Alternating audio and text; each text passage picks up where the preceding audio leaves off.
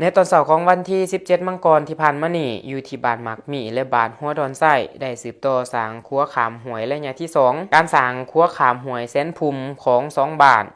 หมากหมี่และบ้านหัวดอนไส้ได้ปรึกษาหารือกันก่อสร้างครัวขามหวยแสนภูมิที่เปเพขึ้นใหม่ในระยะที่2โดยการร่วมมือทั้ง2บ้าน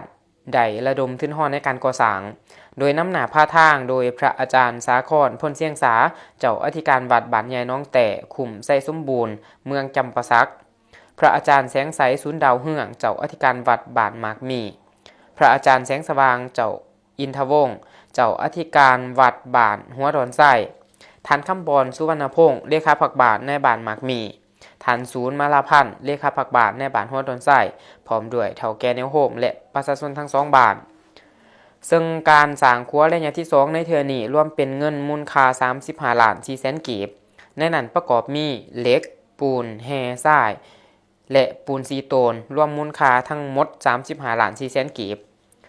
ซึ่งครัวหวยแสนภูมิที่สร้างแม้นมีความยาว 19.80 เมตรกว้าง 4.5 เมตรและสูง 6.5 เมตร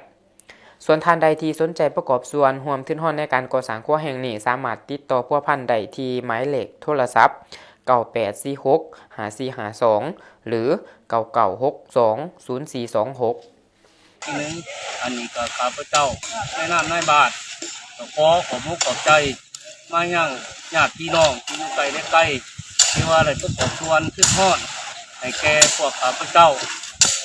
ทั้งสองบาทเนาะให้ถาว่าพี่น้องๆจะประกอบส่วนตืมก็แม่นถือว่า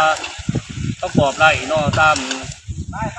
บัญชีของพระอาจารย์เนาะอยากให้โอนเขาทั้งพระอาจารย์แสงใสศูนย์ดาวเฮืองเฮาอันนี้